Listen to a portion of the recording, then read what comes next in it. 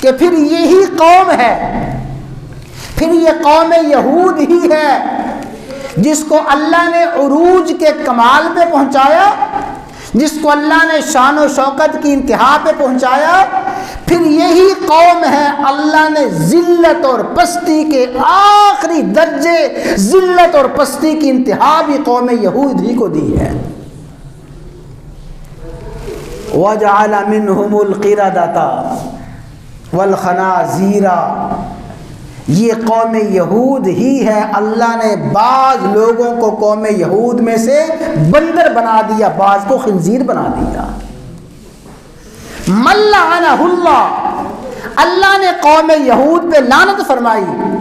وَغَضِبَ عَلَيْهِ، قوم یہود پہ غضب فرمایا۔